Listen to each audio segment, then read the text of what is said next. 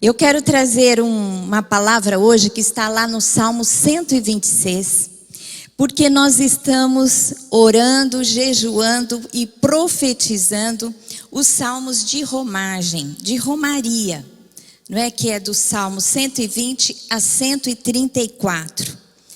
Estes salmos foram escritos por Davi, um foi de Salomão e os outros não sabemos a autoria. Mas o que nós sabemos é que este compilado, da palavra de Deus eram usados pelos peregrinos, aqueles romeiros que saíam de suas casas em todo o território de Israel e alguns até de território estrangeiro e vinham para Jerusalém adorar nas festas determinadas por Deus através da lei de Moisés, que eram a Páscoa, Pentecostes e Tabernáculos.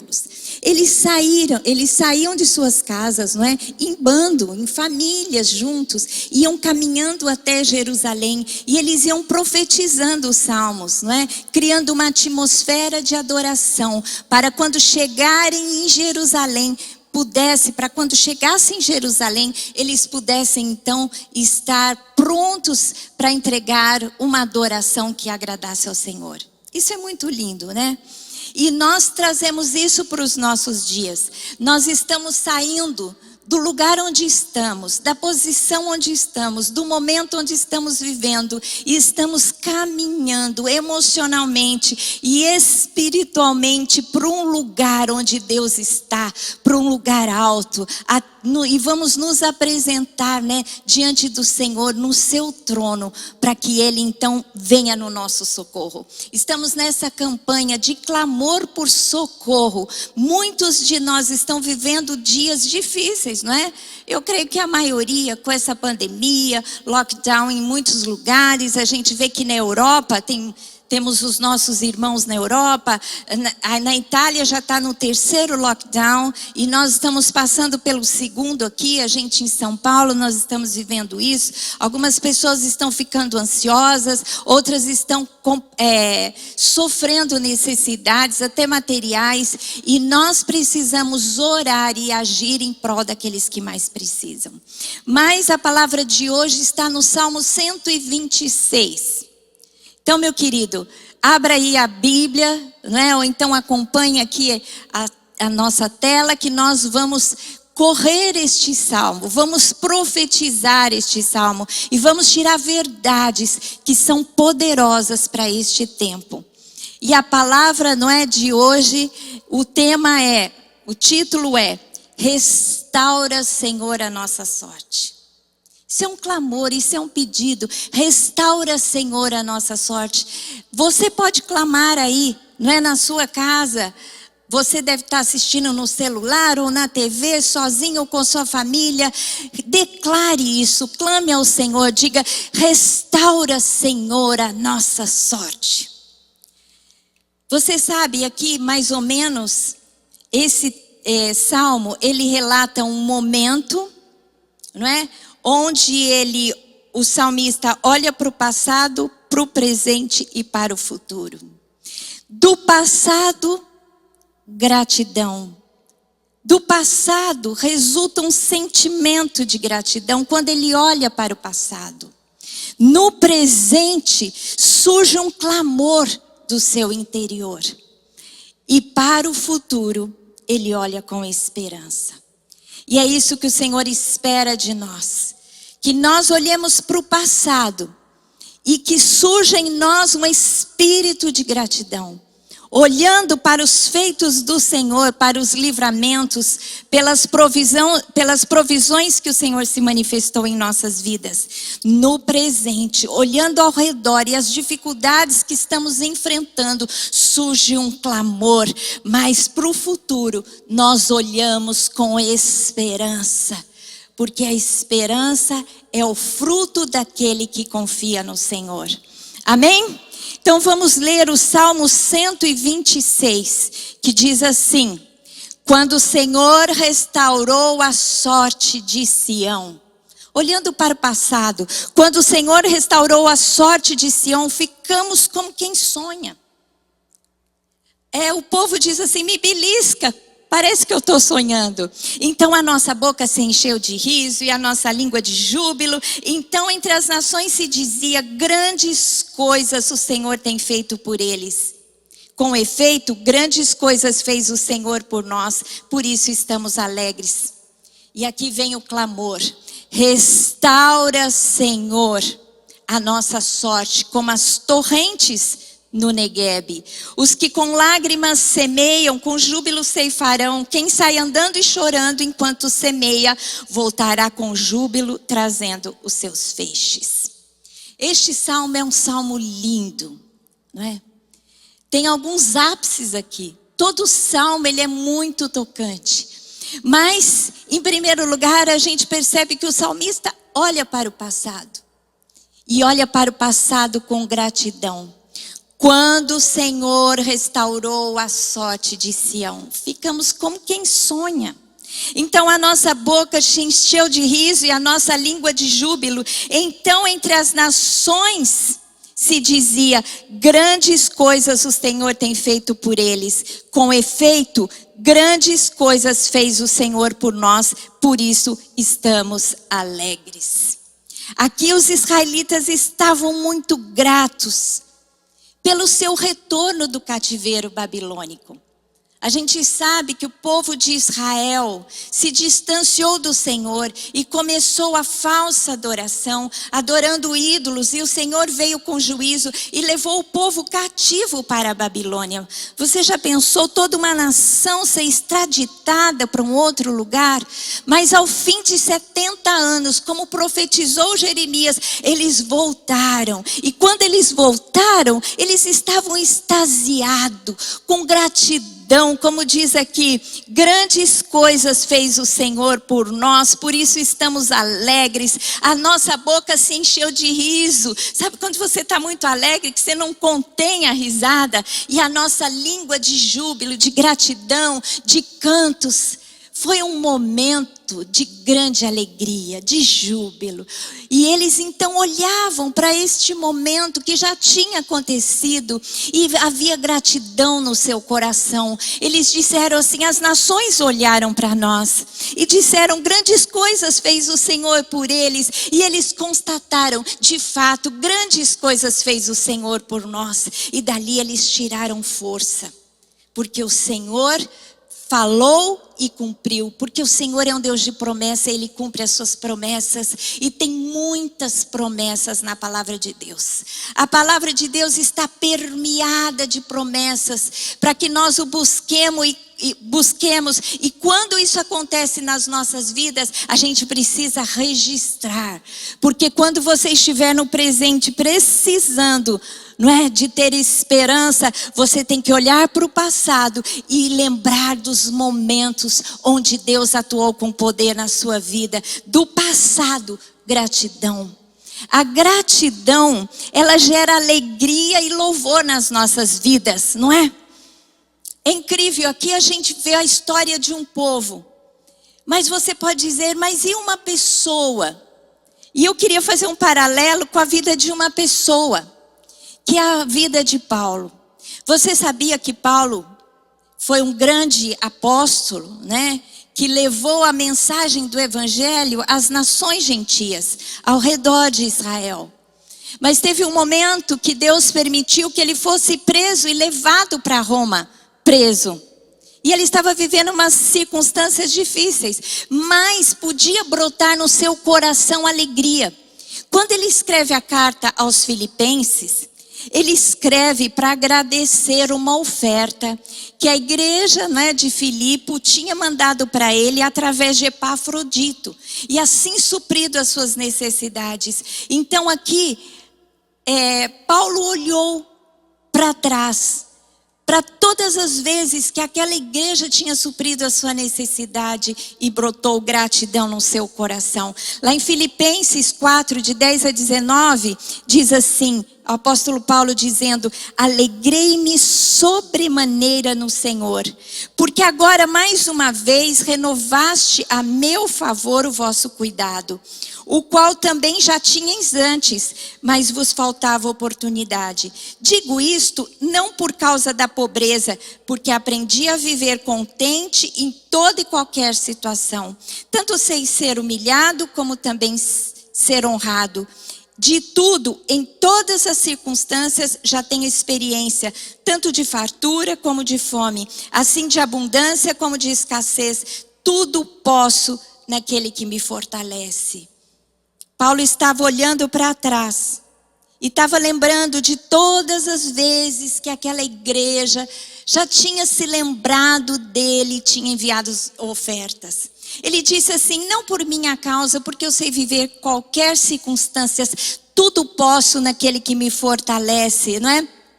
Mas ele está dizendo assim, voltando aqui ao texto, e sabeis também vós, ó Filipenses, que no início do evangelho, quando parti da Macedônia, nenhuma igreja se associou comigo no tocante a dar e receber, senão unicamente vós outros. Porque até para Tessalônica mandaste não somente uma vez, mas duas, o bastante para as minhas necessidades. Não que eu procure o donativo, mas o que realmente me interessa é o fruto que aumente o vosso crédito. Recebi de tudo e tenho abundância, estou suprido, desde que Epafrodito me passou as mãos o que me veio de vossa parte como aroma suave, como sacrifício aceitável e aprazível a Deus. E o meu Deus, segundo a sua riqueza em glória, há de suprir em Cristo Jesus cada uma de vossas necessidades.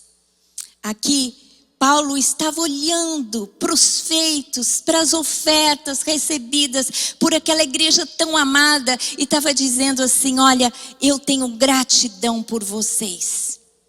E o Senhor Deus, segundo a sua riqueza em glória, há de suprir todas as suas necessidades. Ele olhava para o passado, trazia, não é, as lembranças, as coisas boas, as ofertas recebidas, e ele então profetizava a provisão do Senhor na vida daquela igreja, porque tinha no seu coração gratidão inundava o seu ser, e ele então abençoava aquela igreja. Não é? O povo de Israel voltou do cativeiro babilônico, as nações olhavam para eles e diziam: grandes coisas fez o Senhor por vocês, e eles riam e eles cantavam. E aqui o apóstolo Paulo, preso em Roma, olhava para trás e lembrava de todas as vezes que ele tinha sido suprido nas suas necessidades, porque uma igreja sensível, em amor, enviava as ofertas e supria todas as suas necessidades. Então ele enche a sua boca de alegria e de júbilo e profetiza uma grande palavra, assim como eu profetizo na sua vida também. Se você é fiel a Deus, trazendo seus dízimos e ofertas, segundo aquilo que Paulo falou, eu digo também para você que o Senhor, segundo a sua riqueza em glória, há de suprir todas as suas necessidades em Cristo Jesus. Mas a gente tem que lembrar que a gratidão sempre deve tomar conta do nosso coração quando olhamos para o passado, não é? Você pode se esquecer alguém que te deixou triste. Você deve. Tem uma frase que diz assim: posso esquecer quem me deixou triste. Esqueça das tristezas que você viveu no seu passado, mas não me esqueço jamais quem me deixou feliz. Não se esqueça das bênçãos recebidas no passado. Não se esqueça das pessoas que te tocaram, te abençoaram de alguma forma no passado. Porque aí vai surgir no seu coração a gratidão, que é a força, não é? A força que vem quando você olha para trás, para você viver o hoje. A gratidão faz a gente enxergar a vida com outros olhos. Se você tem gratidão no seu coração, não é? Tudo vai ficar bom. Mas se você é ingrato, né? Vai surgir rancor, o medo vai te paralisar. Mas a gratidão não, a gratidão te liberta num êxtase de alegria, para que você possa viver hoje com as forças que vêm do alto. A palavra de Deus diz: em tudo dai graças, porque essa é a vontade de Deus. Deus é a manifestação da graça, e a gratidão é fruto do reconhecimento da graça. A graça de Deus manifesta em Cristo Jesus, e quando Deus nos deu a Jesus, foi a manifestação da graça, e em Cristo Jesus Ele nos supre de todas as nossas necessidades. Por isso que deve brotar no nosso coração sempre é gratidão. A gratidão nos faz olhar a vida de maneira diferente. Você pode ter levantado hoje e ter lembrado de muitas situações difíceis que você está vivendo, e o seu coração foi tomado de ansiedade. Mas eu quero dizer para você que essa verdade cura o seu coração da ansiedade. Você tem que ser tomado da graça manifesta em Cristo, da graça manifesta, não é? Em todas as horas que Deus de alguma maneira te supriu através de pessoas. Tenha um coração grato. E olhe para o dia de hoje, não olhando as circunstâncias adversas, mas olhando para o seu Deus, de onde virá o seu socorro. Os seus olhos têm que estar postos no Senhor, porque Ele é o Deus dos céus e da terra, o Criador de todas as coisas, que detém tudo nas tuas mãos e pode suprir as suas necessidades. Olha do passado e adquira a força da gratidão, para que você possa viver o presente. No presente, clamor. Clame ao Senhor. Não é? Orai sem cessar. Orai por hoje. Orai pelo amanhã. Mas não deixe de orar. Clame ao Senhor. Clame no seu lugar secreto, no seu quarto, no seu carro, no banheiro. Mas também clame em concordância com os irmãos. Nós estamos fazendo uma campanha, né? Todo dia em oração ao meio-dia no meu canal do YouTube. Vá lá amanhã e ore em concordância. Se você não puder orar ao meio-dia, vai ficar salvo. A hora que você puder, acione lá e ore em concordância comigo e com o apóstolo Lamartine. Mas no presente, meu querido, clamor, porque o clamor move os céus, move Deus em seu favor. A palavra lá no Salmo diz assim: restaura, Senhor, a nossa sorte como as torrentes no Neguebe. Clame agora: restaura, Senhor, a nossa sorte como as torrentes do Neguebe. Né? Nós vamos ver um vídeo agora. Eu fiz questão de pegar algo para que você veja o que significa restaurar a sorte como as torrentes do Neguebe. O Neguebe é um deserto que está no sul de Israel. E nós sabemos que no norte tem um conjunto de montanhas, de montes, chamado Monte Hermon. E de lá, através das chuvas invernais, corre, não é? Correntes de água que enche os rios, e também muitas vezes como resultado do degelo, né? Desce uma água do norte e enche os rios, e muitas vezes as torrentes vêm e água, né? E aquele deserto do sul que está seco, ele passa então a ser umidificado, umedecido com as torrentes que vêm lá do norte do Neguebe. Você vai ver o vídeo aí para que você entenda o que isso significa.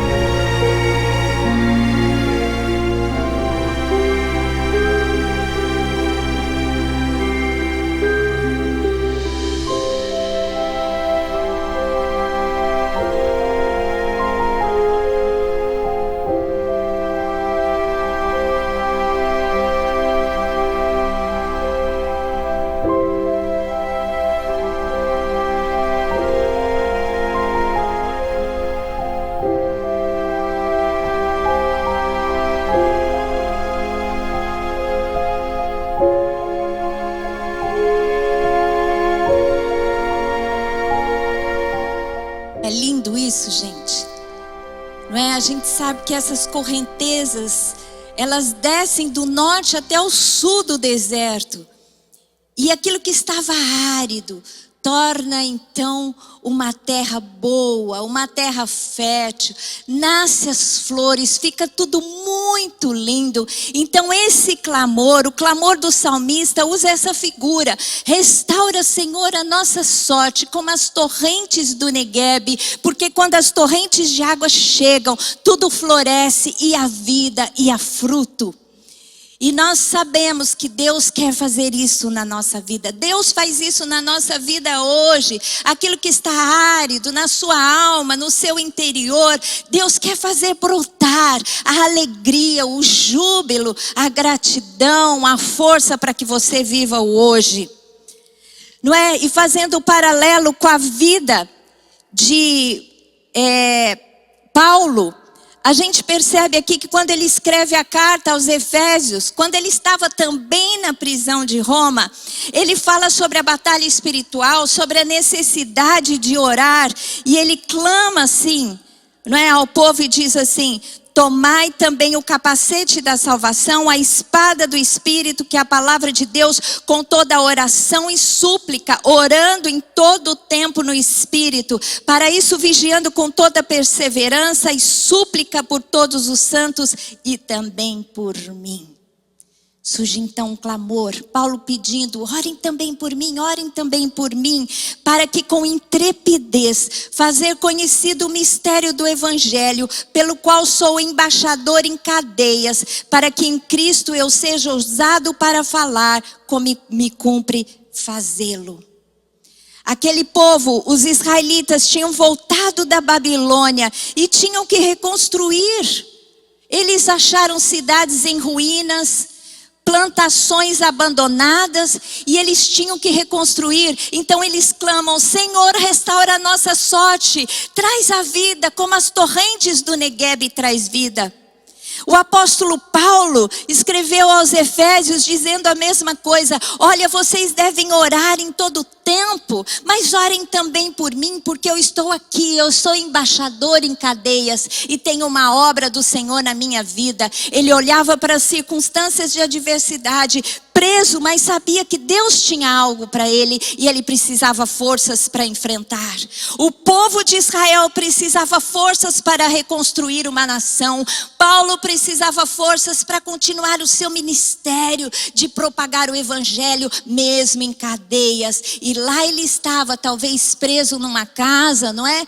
Mas o seu espírito era livre, e através dessa liberdade ele escreveu as cartas, não é? Efésios, Filipenses, Colossenses e Filemão são as cartas de Paulo da prisão, onde ele escreveu naquele momento, para você ver que Deus, ele dá forças para a restauração. Aquele povo reconstruiu a nação de Israel. Paulo ficou firme e escreveu ali naquele lugar palavras que se eternizaram e que hoje mudam e transformam as nossas vidas. Por isso, meu querido, não importa a adversidade que você está vivendo agora, você precisa reconstruir como os israelitas, você precisa de forças estando preso em cadeias, não é? Não cadeias físicas, mas às vezes cadeias na sua alma de dificuldade. Surge então um clamor. Clame ao Senhor, clame sozinho, clame em concordância, mas clame ao Senhor e diga a Ele: Senhor, restaura a minha sorte como as torrentes do Neguebe. E o Senhor Deus há de restaurar a sua sorte como as torrentes do Neguebe. Que coisa linda, não é? Quando a água desce o deserto que era árido, fica lindo. Fica as plantas, não é? Fica tudo florido. Gente, a gente já teve em Israel nessa época.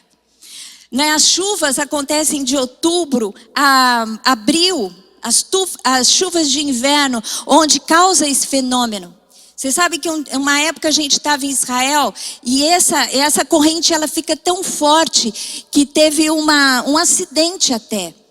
Um ônibus escolar estava numa estrada e veio essa torrente e virou o ônibus. De tão forte que ela é. Mas ela vem trazendo vida e quebrando a secura do deserto.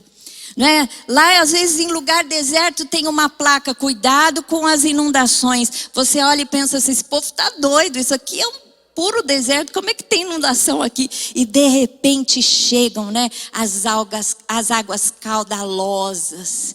Porque Deus faz isso. Talvez você esteja olhando para o seu lado e vendo o deserto, e você pode imaginar: da onde virá o meu socorro?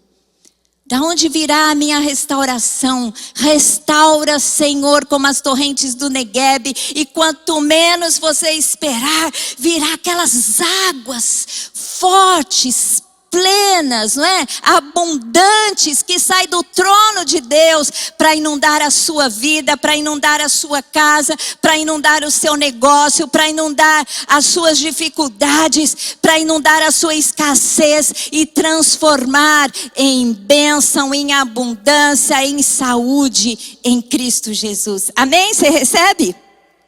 Glória a Deus. Tem alguns irmãos aqui, pastores, clamando e concordando comigo. A oração é o clamor da alma, um olhar para o céu, um grito de socorro, mas também uma atitude de fé, de amor e de esperança. Assim diz Esther Correia. Mas eu tenho uma frase para você.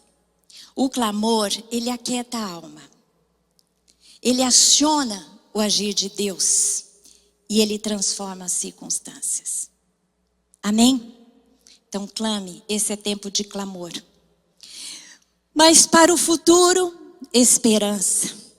No Salmo 126, 5 e 6 diz assim: os que com lágrimas semeiam, com júbilo ceifarão. Quem vai andando e chorando enquanto semeia, voltará com júbilo trazendo os seus feixes.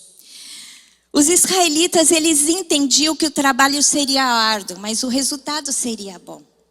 Eles tinham voltado do cativeiro e as plantações abandonadas iam precisar de muito trabalho.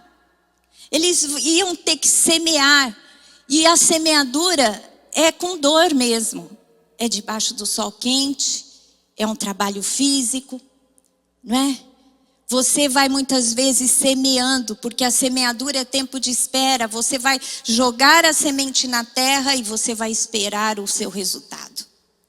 Mas para o futuro ele olhava com esperança, porque ele diz assim: hoje eu vou semear com lágrimas, mas eu vou colher com alegria. Os feixes, eles já podiam imaginar os feixes. Quando você declara um bom futuro, você consegue visualizar um bom futuro e você consegue viver um bom futuro. Os seus pensamentos, não é, são a semente para o seu futuro, para um destino certo. Você pensa e o agir de Deus vai além do que você pede e você pensa. Então, na verdade, você tem que ter um posicionamento positivo de esperança. Esperança é o vetor positivo que te faz olhar para o futuro, imaginando, né, um cenário favorável, como o salmista. O salmista diz: olha, eu vou semear, né, com choro, mas as minhas lágrimas inundarão a terra de tal forma que eu sei que dará fruto. Você sabe que eu adoro chorar. Eu digo isso para o Lamartine, ele acha estranho. Mas quando eu entro no meu quarto e vou ter um tempo com Deus, eu adoro ler a palavra e ser tocada na minha alma e chorar. Porque eu sinto que quando eu choro, minha alma é lavada. E quando eu descobri que na palavra de Deus diz que o Senhor recolhe as minhas lágrimas, não é que todas as minhas lágrimas são contadas, aí é que eu choro mesmo. Porque eu sei que nenhuma lágrima é vertida do meu olho como resultado de um clamor, ou de um trabalho, ou de um esforço espiritual. Não é? E aqui diz assim: você vai semear com lágrimas, mas Deus vai te dar um bom resultado. Você está chorando hoje, você pode chorar a noite inteira, mas a alegria vem pela manhã. Amém? O apóstolo Paulo, ele tinha esperança também de voltar e ver os filipenses. Ele olhava para o futuro com esperança. E ele diz assim, né, um texto que está lá em Filipenses 21 a 26, mas eu vou ler mais para frente. Eu pus todo o texto aqui, mas eu vou ler só uma parte. Não, acho que é melhor ler tudo, porque senão não vai fazer sentido. Ele começa fazendo uma avaliação, e ele diz assim: Porquanto para mim o viver é Cristo e o morrer é lucro. Ou seja, eu estou aqui, se eu morrer vai ser lucro.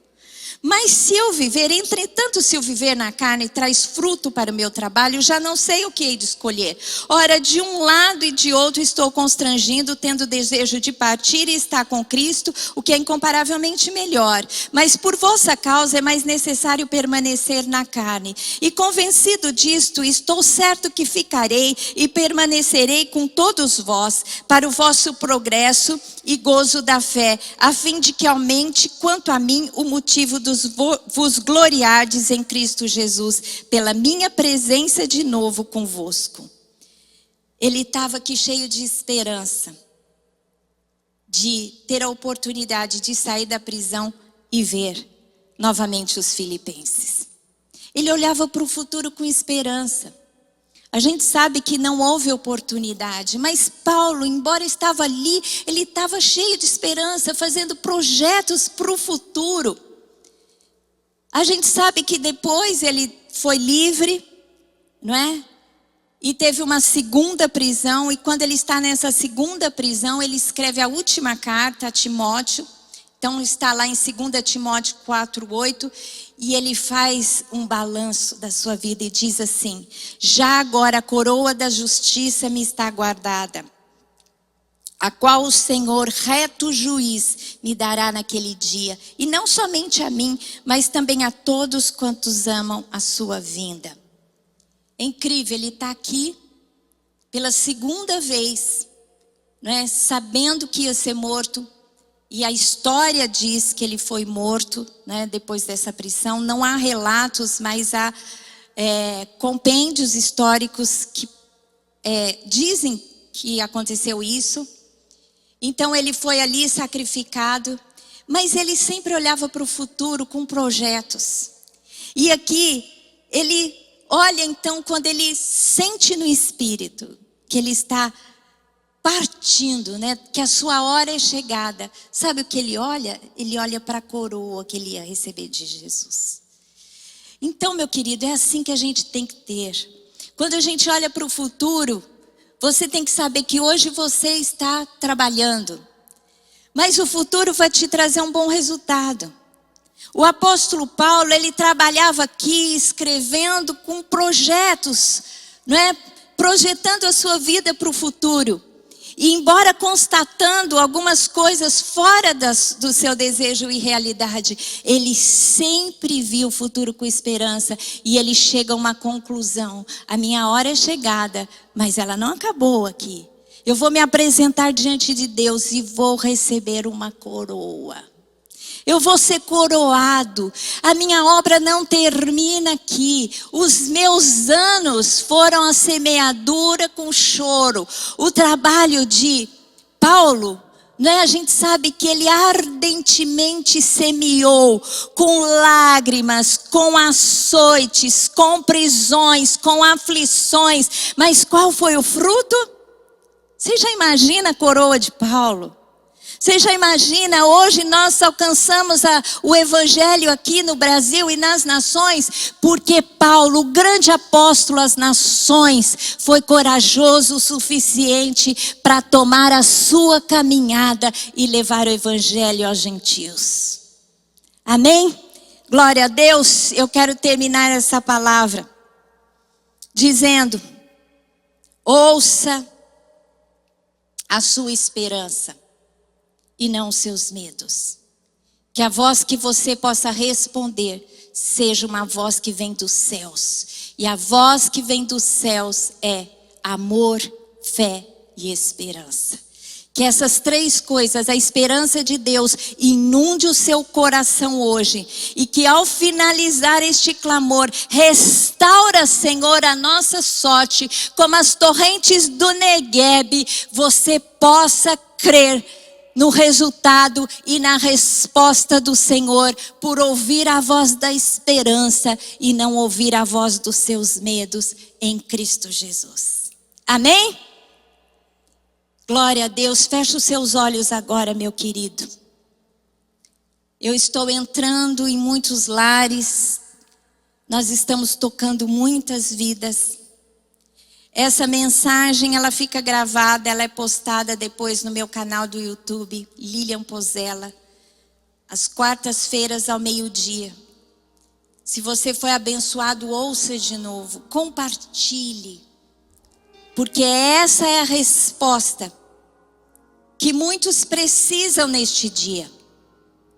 Muitos estão aflitos e amarrados nos seus medos, aflições e ansiedades.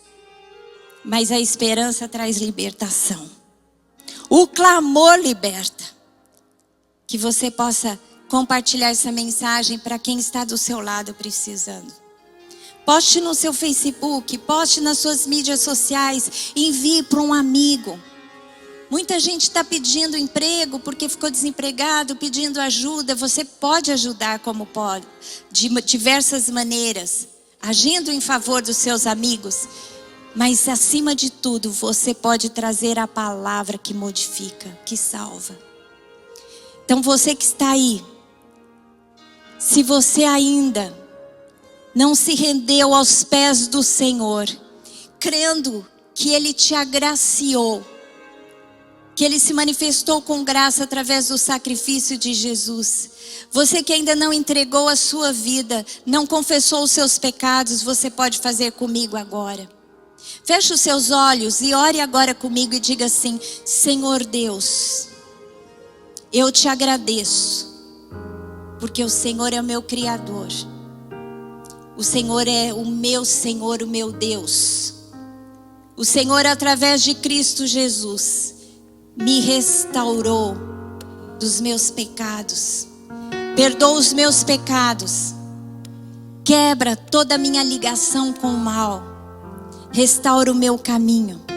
Restaura a minha sorte. Diga a Deus: Senhor Deus, restaura a minha sorte, como as torrentes do Negueb.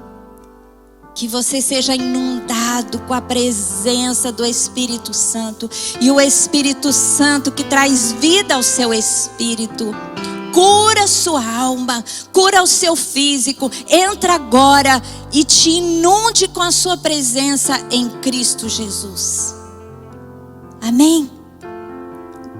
Glória a Deus. Se você fez essa oração de entrega pela primeira vez, nos acione através do QR Code aí na sua tela, porque nós queremos conhecer você, orar por você.